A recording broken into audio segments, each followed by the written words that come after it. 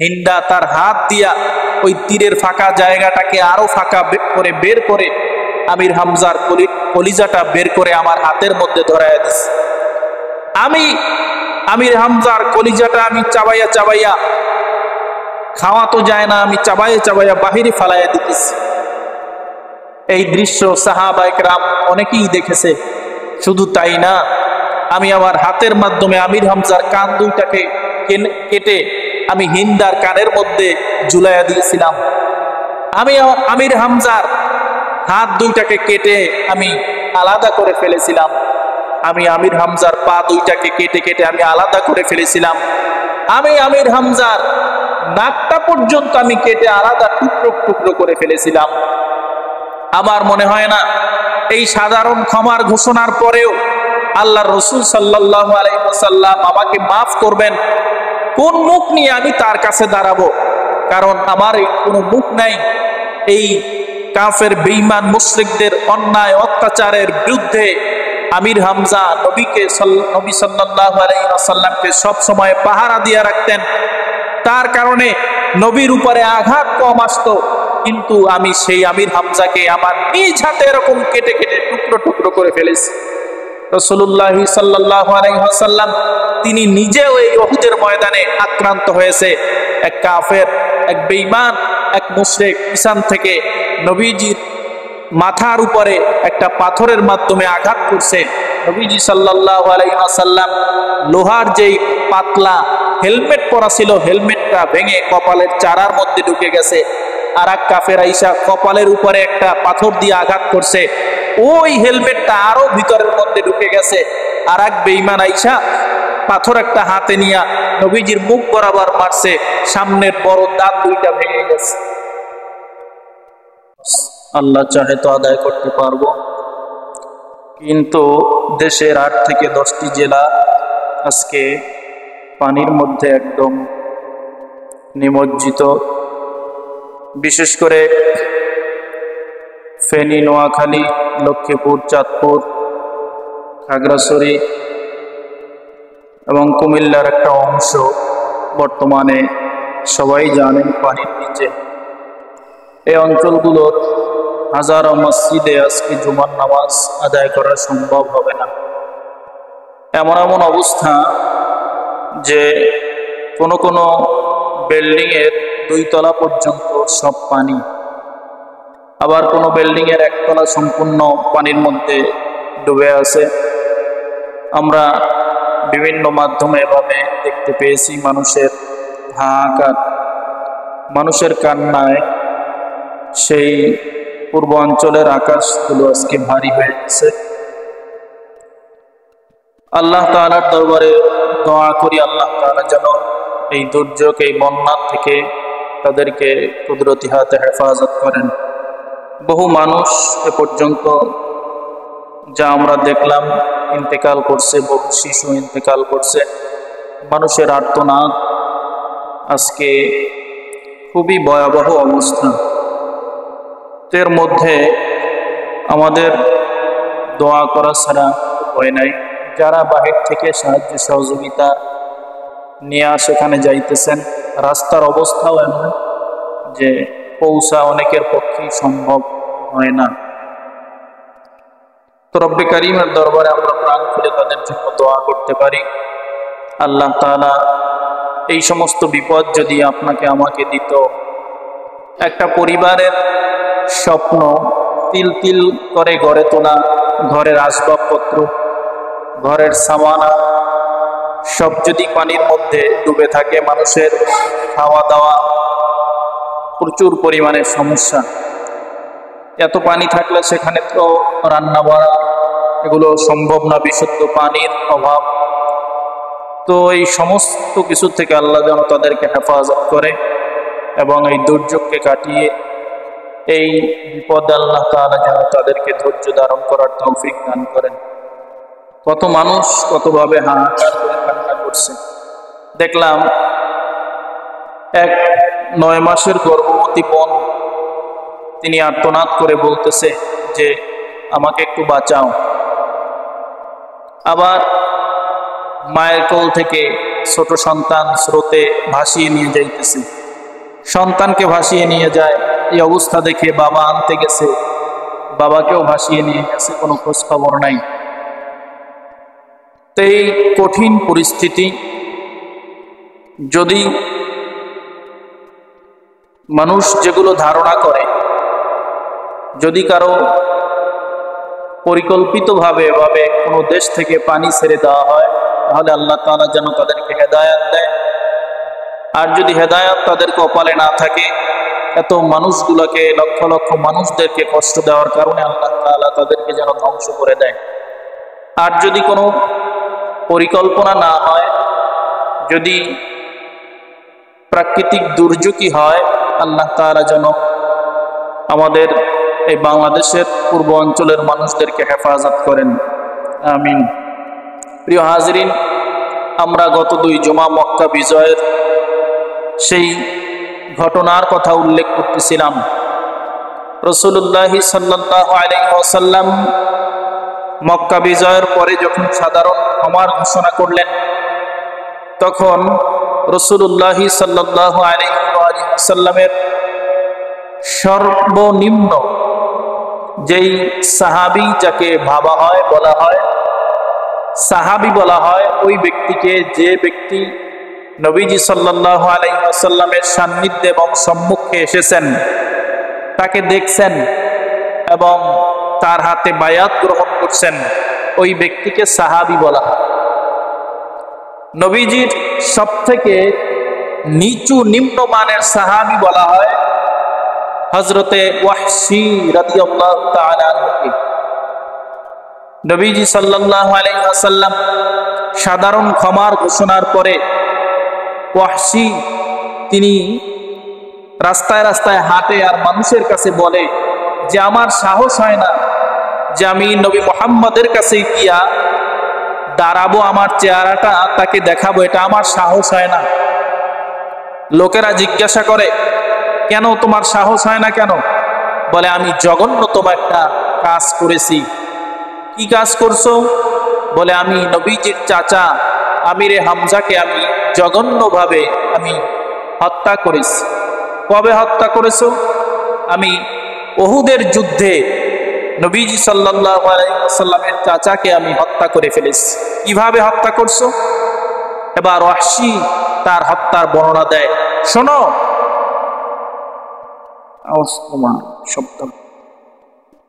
শোনো, এই যে তোমরা যেই উহুদের যুদ্ধ সম্পর্কে জানো, এই উহুদের যুদ্ধে যেই 70 জন সাহাবী শাহাদাত বরণ করেছে, এদের মধ্যে একজন ছিল আমিরে হামজা রাদিয়াল্লাহু তাআলা। তাকে আর কেউ হত্যা করার সাহস পায় নাই, কারণ এই আমিরে হামজা তিনি উহুদের ময়দানে একা 32 জন কাফের মুশরিকদেরকে হত্যা করে ফেলছে, কতল করে ফেলছে। তিনি এমন একজন শক্তিশালী পুরুষ, তাকে হত্যা করার সাহস কেউ পায় না। কাফেরের লিডাররা আমাকে যখন বলল যে তোমার একটাই মাত্র কাজ, তুমি আমাদের দলে সবথেকে শক্তিশালী একজন পুরুষ, তুমি যদি আমির হামজাকে হত্যা করতে পারো তাহলে আমাদের পক্ষ থেকে তোমাকে পুরস্কৃত করা হবে। এরপরে আমি টার্গেট গ্রহণ করলাম। আমি পিছন থেকে, আমির হামজার পিছন থেকে আমি একটা তীর, আমি একটা বল্লম তার দিকে নিক্ষেপ করলাম। তার দিকে নিক্ষেপ করার সাথে সাথে পিছনের দিক থেকে পড়ে ওই তীরটা বাহিরে বেরিয়ে চলে আসছে সামনের দিক থেকে। এরপরে এতটুকুন তীর মারার আঘাতেই আমির হামজা ইন্তেকাল করতে যথেষ্ট হইতো। তীরটাকে আমি মারার পরে আমির হামজা আর কোনো কিছু, তার হাত নাড়তে পারে না, পা নাড়তে পারে না, গোটা শরীর ব্যথায় ব্যথিত হয়ে গেছে। আমি তার কাছে গেলাম, তার হালাত, তার অবস্থা দেখে আশেপাশে আর কোনো মানুষ ছিল না। আমি তার কাছে গিয়া তীরটা টেনে বের করলাম। আমার সাথে আরো একজন হিন্দা নামক মহিলা, তিনি কাফেরদের অর্থাৎ তৎকালীন আমাদের দলের একজন সদস্য ছিল। তিনি আমির হামজাকে ঠেলে মাটির মধ্যে শোয়ায় ফেললেন। আমি হামজার বুকের উপরে চেপে বসলাম। হিন্দা তার হাত দিয়া ওই তীরের ফাঁকা জায়গাটাকে আরো ফাঁকা করে বের করে আমির হামজার কলিজাটা বের করে আমার হাতের মধ্যে ধরাইয়া দিছে। আমির হামজার কলিজাটা আমি চাবাইয়া চাবাইয়া, খাওয়া তো যায় না, আমি চাবাইয়া চাবাইয়া বাহিরে ফালাইয়া দিতেছি। এই দৃশ্য সাহাবায়ে কেরাম অনেকেই দেখেছে। শুধু তাই না, আমি আমার হাতের মাধ্যমে আমির হামজার কান দুইটাকে কেটে আমি হিন্দার কানের মধ্যে ঝুলাইয়া দিয়েছিলাম। আমি আমির হামজার হাত দুইটাকে কেটে আমি আলাদা করে ফেলেছিলাম। আমি আমির হামজার পা দুইটাকে কেটে কেটে আমি আলাদা করে ফেলেছিলাম। আমি আমির হামজার নাকটা পর্যন্ত আমি কেটে আলাদা টুকরো টুকরো করে ফেলেছিলাম। আমার মনে হয় না এই সাধারণ ক্ষমার ঘোষণার পরেও আল্লাহর রাসূল সাল্লাল্লাহু আলাইহি ওয়াসাল্লাম আমাকে মাফ করবেন। কোন মুখ নিয়ে আমি তার কাছে দাঁড়াবো? কারণ আমার কোনো মুখ নাই এই কাফের বেঈমান মুশরিকদের অন্যায় অত্যাচারের বিরুদ্ধে। আমির হামজা নবী সাল্লাল্লাহু আলাইহি ওয়াসাল্লামকে সব সময় পাহারা দিয়ে রাখতেন। তার কারণে নবীর উপরে আঘাত কম আসতো, কিন্তু আমি সেই আমির হামজাকে আমার নিজ হাতে এরকম কেটে কেটে টুকরো টুকরো করে ফেলেছি। রাসূলুল্লাহ সাল্লাল্লাহু আলাইহি ওয়াসাল্লাম তিনি নিজেও এই উহুদের ময়দানে আক্রান্ত হয়েছে। এক কাফের, এক বেঈমান, এক মুশরিক পিছন থেকে নবীজির মাথার উপরে একটা পাথরের মাধ্যমে আঘাত করছে। নবীজি সাল্লাল্লাহু আলাইহি ওয়াসাল্লাম লোহার যেই পাতলা হেলমেট পরা ছিল, হেলমেটটা ভেঙে কপালের চারার মধ্যে ঢুকে গেছে। আর এক কাফের আইসা কপালের উপরে একটা পাথর দিয়ে আঘাত করছে, ওই হেলমেটটা আরো ভিতরের মধ্যে ঢুকে গেছে। আর এক বেঈমান আইসা পাথর একটা হাতে নিয়ে নবীজির মুখ বরাবর মারছে, সামনের বড় দাঁত দুইটা ভেঙে গেছে। রাসূলুল্লাহ সাল্লাল্লাহু আলাইহি ওয়াসাল্লাম এই অবস্থায় আমির হামজার লাশের কাছে আইসা দাঁড়ালেন। দাঁড়ায়া বলতেছে যে নিশ্চয়ই এই লাশ, এই কাটা, এই টুকরা আমার চাচা আমির হামজার। তোমরা একটা কাজ করো সাহাবীরা, আমির হামজাকে একটা কবরে রাখতে পারবা না। আমির হামজার মতো আমার আরো একজন সাহাবীকে ওরা কেটে কেটে টুকরো টুকরো করছে। তোমরা এই দুইজনকে এক কবরের মধ্যে দাফন দাও। কেন এক কবরের মধ্যে দাফন দিবা? কিয়ামতের ময়দানে এরা দুই ব্যক্তি যেন একসঙ্গে উঠা আল্লাহর দরবারে বলতে পারে, আল্লাহ, আমি আপনার দ্বীন প্রতিষ্ঠার জন্য, ইসলাম প্রচারের জন্য, দ্বীনের জন্য আমি আমার জীবনকে এভাবে উৎসর্গ করে দিয়েছি। কাফের বেঈমান মুশরিকরা আমাকে এরকম দুনিয়াতে কেটে টুকরো টুকরো করে দিয়েছে, এই জন্য এদেরকে এক কবরের মধ্যে দাফন দাও। এবার রাসূলুল্লাহ সাল্লাল্লাহু আলাইহি ওয়াসাল্লাম এই কথা বলার সাথে সাথে তিনি নিজেও বেহুশ হয়ে পড়তেছেন, জমিনের মধ্যে গড়ায় পড়তেছেন। কারণ তার কাঁচা দুইটা দাঁত ভেঙে গেছে, মাথার মধ্যে লোহার হেলমেট ঢুকে গেছে, মুখের উপরে এমন আঘাত করেছে মুখটা ফুলে গেছে। রাসূলুল্লাহ সাল্লাল্লাহু আলাইহি ওয়াসাল্লামের উপরে এমন অত্যাচার, এমন নির্যাতন, তিনি এত পরিমাণে রক্তাক্ত হয়েছেন। উহুদের ময়দানে ৭০ জন সাহাবী শাহাদাত বরণ করলেও আল্লাহর রাসূলের মতো কেউ এত রক্তাক্ত হয় নাই। তার মতো শরীর থেকে এত পরিমাণ রক্ত কোন সাহাবীর ঝরে নাই। আল্লাহর রাসূল সাল্লাল্লাহু আলাইহি ওয়াসাল্লামকে এভাবে আঘাত করার পরে তিনি বেহুশ হয়ে গেলেন। আবার হুঁশ ফিরে আসলো। সাহাবায়ে কেরামের একদল তাকে নিয়ে এবার পাশে এক জায়গায় রাইখা রাসূলুল্লাহ সাল্লাল্লাহু আলাইহি ওয়াসাল্লামের তারা বিভিন্নভাবে সেবা শুশ্রূষা করতে শুরু করলো। একজন সাহাবী আয়েশা হাতের মাধ্যমে ওই লোহার হেলমেটটাকে ধরার জন্য বারবার চেষ্টা করে, কিন্তু সাহস হয় না। কারণ নবীজি যদি আরো ব্যথা পায়, লোহার হেলমেটটা মাথার মধ্য থেকে যদি উঠাইতে গিয়ে আরো আঘাতপ্রাপ্ত হয়, তাহলে তো নবীজির এই কষ্ট সহ্য করার মতো হবে না। এবার রাসূলুল্লাহ সাল্লাল্লাহু আলাইহি ওয়াসাল্লামের শরীর মোবারক থেকে অঝর যারা রক্ত পড়তেছে, আল্লাহ রাসূল সাল্লাল্লাহু আলাইহি ওয়াসাল্লামের এই রক্ত একজন সাহাবী হাতের মধ্যে এরকম ধরে তিনি মুখে দিয়া খেয়ে ফেললেন। আল্লাহর রাসূল প্রশ্ন করলেন, ও সাহাবী, তুমি কেন আমার রক্ত পান করলা? এবার সাহাবী জবাব দিয়া বলে, ইয়া রাসূলুল্লাহ, ইয়া হাবিবাল্লাহ, আপনার শরীরের রক্ত জমিনের মধ্যে পড়বে, এটা আমার চোখে দেখে সহ্য হবে না, এই জন্য আমি হাতের মধ্যে নিয়ে আপনার রক্তটাকে আমি পান করলাম। আল্লাহর রাসূল সাল্লাল্লাহু আলাইহি ওয়াসাল্লাম বললেন, ও সাহাবী, তুমি রক্ত পান করো নাই, রক্ত পান করো না, বরং তোমার জন্য জাহান্নামের আগুনকে তুমি হারাম বানায় নিছো। এবার একজন সাহাবী তিনি তার মুখ দিয়া ওই লোহার হেলমেটটাকে শক্ত করে ধরলেন।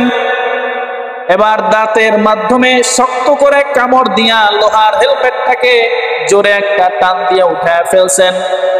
শুধু এমনি এমনি ওঠে নাই, ওই সাহাবীরও সামনের দুইটা দাঁত ভেঙে পড়ে গেছে। আল্লাহ রাসূল সাল্লাল্লাহু আলাইহি ওয়াসাল্লাম বললেন, ও সাহাবী, তুমি এত বড় রিস্ক কেন নিতে গেলা? তোমার তো দুইটা দাঁত তুমি ভেঙে ফেলেছো। রাসূলুল্লাহ সাল্লাল্লাহু আলাইহি ওয়াসাল্লামের কথা শুনে সাহাবী বলতেছেন, ইয়া রাসূলুল্লাহ, ইয়া হাবিবাল্লাহ, আপনারও তো সামনের দুইটা দাঁত নাই, আমারও দুইটা দাঁত ভেঙে গেছে, এই জন্য আমি রবের দরবারে শুকরিয়া আদায় করি। ইয়া রাসূলুল্লাহ, ইয়া হাবিবাল্লাহ, আপনারও দুইটা দাঁত ভেঙে গেছে। উহুদের যুদ্ধে, উহুদের ময়দানে রাসূলুল্লাহ সাল্লাল্লাহু আলাইহি ওয়াসাল্লাম যখন যুদ্ধে রওনা করেছিলেন, তখন হযরতে বিলাল রাদিয়াল্লাহু তাআলা রাসূলের পিছনে পিছনে দৌড়াইতেছে, ইয়া রাসূলুল্লাহ, ইয়া হাবিবাল্লাহ, আমি যুদ্ধে যাব, আমি জিহাদে যাব। আল্লাহর রাসূল বলে, না না, তুমি এই মসজিদে আজান দেওয়ার দায়িত্বে থাকো, আজান দাও, আর তোমার বাকি আর অন্য কোনো কাজ নাই, অন্য কোনো দায়িত্ব নাই। যখন রাসূলের মাথার মধ্যে হেলমেট ঢুকে গেছে, রাসূলুল্লাহ সাল্লাল্লাহু আলাইহি ওয়াসাল্লাম যখন বেহুশ হয়ে পড়ে গেছে, কাফের বেঈমান মুশরিকরা মক্কা, মদিনার, উহুদের গোটা প্রান্তে চারদিকে ছড়ায়া দিয়েছে। রাসূল মুহাম্মদ দুনিয়া থেকে বিদায় নিয়ে চলে গেছে, তিনি আর দুনিয়ায় জীবিত নাই। এক কান দুই কান হতে হতে এটা গোটা এলাকার মধ্যে ছড়ায়া গেছে। হযরতে বিলাল রাদিয়াল্লাহু তাআলা আযান দিতেছিলেন, হাইয়া আলাস সালাহ, হাইয়া আলাস সালাহর আযানের ধ্বনি যখন তার জবান থেকে বের হয়, এমন সময় তার কানের মধ্যে আওয়াজ চলে আসছে, রাসূল দুনিয়ায় নাই, উহুদের ময়দানে শাহাদাত বরণ করছে। বিলাল রাদিয়াল্লাহু তাআলা আযান ফালায়া দৌড় দিছে, যার জন্য আমি আযান দিব, যিনি আমাকে আযান শিখাইছে, যিনি আমাকে মুয়াজ্জিনের দায়িত্ব দিয়েছে, তিনি আজ দুনিয়ায় নাই, কার জন্য আযান দিব? আর এই বিলালের কণ্ঠে আযান বাজবে না, আযানের ধ্বনি বের হবে না, তিনি উহুদের ময়দানের দিকে দৌড়ানো শুরু করছে। আল্লাহ রাসূলের হেলমেট উঠানোর ওই মাথার মধ্যে ভাঙ্গা হেলমেট উঠানোর পর রক্ত আজহার জারায় ঝরতেছে। রাসূলুল্লাহ সাল্লাল্লাহু আলাইহি ওয়াসাল্লামকে অসুস্থ অবস্থায় তার বাড়ির মধ্যে, তার ঘরের মধ্যে ফেরত আনা হলো। এবার ওয়াহশী ডাক দিয়া বলে, ও সাহাবীরা, আমি আমির হামজাকে নির্মম ভাবে আমি হত্যা করেছি। যেই যুদ্ধের মধ্যে রাসূল এত আঘাত প্রাপ্ত হয়েছেন, যেই রাসূল এত নিজের শরীর থেকে রক্ত ঝরিয়েছেন, ওই যুদ্ধে আমি কাফেরদের পক্ষে ছিলাম। আজ তো আমি ঈমান গ্রহণ করেছি, মক্কা বিজয়ের পরে আমি ঈমান গ্রহণ করছি। বলো, আল্লাহ রাসূলের পরেও আমাকে মাফ করবেন কিনা? সাহাবায়ে কেরাম রিদওয়ানুল্লাহি তাআলা আলাইহিম আজমাইন বলে, চলো, রাসূল হলো রাহমাতাল লিল আলামিন, রাসূল তোমাকে মাফ না করে পারবে না। তুমি যদি রাসূলের কাছে ক্ষমা চাও, রাসূলের কাছে তুমি যদি মাফ চাও, তাহলে রাসূল তোমাকে মাফ না করে পারবে না, ক্ষমা না করে পারবে না। এবার ওয়াহশীকে নিয়ে রাসূলের সামনে হাজির করা হয়। এবার সাহাবীরা বলে, ইয়া রাসূলুল্লাহ, ইয়া হাবিবাল্লাহ, আপনার চাচা আমির হামজার হত্যাকারী এই ওয়াহশী আমাদের হাতে হাত দিয়া কালেমা পড়ে মুসলমান হয়ে গেছে, বলেন আপনি তাকে মাফ করবেন কিনা? আল্লাহর রাসূল বললেন, আমি ওকে মাফ করে দিলাম, আল্লাহ ওকে ঈমান আনার সাথে সাথে মাফ করে দিছে। তবে আমার একটা শর্ত হলো, এই ওয়াহশী যেন কিয়ামত পর্যন্ত যতদিন আল্লাহ হায়াত দিয়া বাঁচায় রাখবে অতদিন যেন আমার সামনে না পড়ে, অতদিন যেন আমার সামনে না পড়ে। আমার সামনে পড়লে আমার চাচা আমির হামজার স্মৃতি আমার দুই নয়নে ভেসে ওঠে। এই জন্য ওয়াহশী যেন আমার সামনে না পড়ে। ওয়াহশী আমার সামনে পড়ার কোনো প্রয়োজন নাই, পড়ার কোনো দরকার নাই। ওয়াহশী দূর থেকে ইসলামের বিধি বিধান মেনে চলাফেরা করবে। এই ওয়াহশীর সঙ্গে সাহাবী হওয়ার পরে রাসূলের একবার সাক্ষাৎ। মুহাদ্দিস মুফাসসিরিন ইকরামগণ বলেন, রাসূল ওয়াহশীর দিকে একটা বারের জন্য তাকায় না। এই জন্য ওয়াহশীকে সর্বনিম্ন মানের সাহাবী বলা হয়। এই দুনিয়ার জমিনে যত বড় পীর বলেন, বুজুর্গ বলেন, যত বড় বড় পীর আছে, যত বড় বড় বুজুর্গ আছে, এই ওয়াহশী যেই ঘোড়ার মধ্যে চলতো, এই ঘোড়ার পায়ের নিচে যেই বালুগুলা পড়তো, এই বালুগুলা যেই পরিমাণে দামি, এই বালুগুলা যেই পরিমাণে সম্মানিত, এই পরিমাণে সম্মানিত দেশের পীর বুজুর্গ ওলিয়া উলিয়ারাও না। রাসূলের সাহাবীদের মর্যাদা এমন, রাসূলুল্লাহ সাল্লাল্লাহু আলাইহি ওয়াসাল্লাম বলেন, আস-সাহাবী কান নুজুম, আমার এক একজন সাহাবী হলো আকাশের তারকা, আকাশের নক্ষত্র। আর এই সাহাবীদের মধ্যে সর্বনিম্ন মানের সাহাবী ওয়াহশী। এই ওয়াহশীর যেই ঘোড়া দিয়া চলতো, যেই উট দিয়া চলতো, এই উটের নিচে যেই বালু কণাগুলো পড়তো, ওই বালু কণাগুলো এক একটা দামি বালু কণা। এই জন্য পীর বুজুর্গ ওলিয়া উলিয়া যারা হয়েছেন, তারা আল্লাহ চাহে তো জান্নাতে যাবেন, তারা জান্নাতের বাসিন্দা হবেন। আপনি আমারও নিজের ব্যক্তিগত পীর হওয়া লাগবে, ওলিয়া উলিয়া বুজুর্গ হওয়া লাগবে বলে আমার পীর সাহেব বলবে, এমনটা না, এমন হওয়া প্রয়োজন না। বরং বুজুর্গ আল্লাহওয়ালা আপনাকে নিজের হতে হবে। পীরের পিছনে দৌড়াইয়া যে অমুক আমার পীর সাহেব তিনি অনেক বড় বুজুর্গ, তাতে আপনার কোনো ফায়দা হবে না, আমার কোনো ফায়দা হবে না। বরং আমার নিজের আমলগুলো আমার নিজের গুছায়া যেতে হবে। আমি যেই পীরের মুরিদ হয়েছি, আল্লাহ যদি তাকে জান্নাত দেয়, তার আমলের বিনিময়ে দিবেন। আর পীর জান্নাতে গেলি যে আমি জান্নাতে যাব না, বরং আমার আমল নামাটা দেখা হবে, আমার আমল নামায় কি পরিমাণে নেক জমা হয়েছে। পীর সাহেবের আমল নামা দেখে আমাকে বিচার করা হবে না, আমাকে নাজাত দেওয়া, বরং পীর বলতে আমরা যেটাকে বুঝি, বুজুর্গ বলতে যেটাকে আমরা বুঝি, ছাত্র স্কুলে ভর্তি হয়, স্কুলে উস্তাদ আছে, শিক্ষক আছে, শিক্ষক ছাত্র যেটা পারে না শিক্ষক সেটাকে বুঝাইয়া দেয়। ছাত্র থেকে শিক্ষক অনেক জ্ঞানী হয়। পীর বলতে এতটুকুন যে আপনার শিক্ষক দ্বীনের ব্যাপারে, ইসলামের ব্যাপারে আপনি অমুক বিষয়টা আপনি জানেন না, সেটা আপনাকে শিখাইয়া দিবে। এর থেকে বেশি কিছু না। আপনাকে যে জান্নাতে নেবে এমনটা না, তার উসিলায় আপনি জান্নাতে যাবেন বিষয়টা এমন না, বরং সে আপনার উস্তাদ, সে আপনার শিক্ষক। আপনাকে আপনি নামাজ কিভাবে পড়বেন এটা আপনি জানেন না, তার কাছ থেকে শিখবেন। এখন পীর যদি এমনই হয় যে পীর নিজেই নামাজ পড়ে না, রোজা কিভাবে রাখতে হয় এটা আপনি জানেন না, তার কাছে শিখবেন। এখন পীর সাহেব যদি রোজা নিজেই না রাখে, দান সৎকার পদ্ধতি কি হবে এটা পীর থেকে, ওস্তাদ থেকে শিখবেন। পীর এটা হলো ফার্সি শব্দ, বাংলায় আমরা যাকে বলি ওস্তাদ, শিক্ষক, তার কাছ থেকে শিখবেন। এখন সেই যদি হয় মূর্খ, তাহলে কি শিখবেন? এই পীর ধরার ফায়দা কি আর লাভ?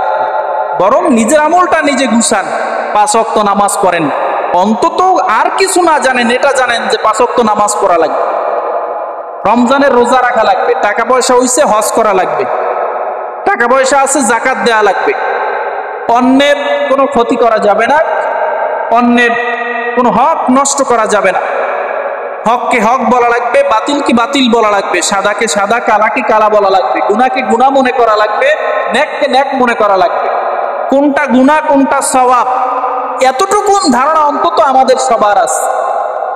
এইটুকুন যদি এড়াইয়া চলি যে আমি গুনার কাজ করব না, নেকের কাজ আর কোনোদিন ছাড়বো না, তাহলে আর কোনো পীর লাগবে না, বুজুর্গ ওলিয়া উলিয়া কোনো কিছু করার প্রয়োজন নাই। আপনার বিবেক নামক পীর আপনি ধরেন, তাতে আপনার নাজাতে যাওয়া, জান্নাতে যাওয়া সহজ হয়ে যায়। একটা কাজ করতে গেলে অবশ্যই আপনার বিবেক বলবে যে এই কাজটা করলে গুনাহ হবে, এই কাজটা করলে সওয়াব হবে, এই অনুযায়ী করেন, ইনশাআল্লাহ আল্লাহ চাহে তো আল্লাহ জান্নাত দিবেন। আসুন আমরা বেশি বেশি নিজেদের জন্য দোয়া করি, যারা বন্যায় আক্রান্ত তাদের জন্য দোয়া করি, নিজের আমল ভালো করি, পরিবার পরিজন আত্মীয় স্বজনের আমল ভালো করার জন্য আমরা নির্দেশ প্রদান করি। আল্লাহ তাআলা আমাকে সহ সবাইকে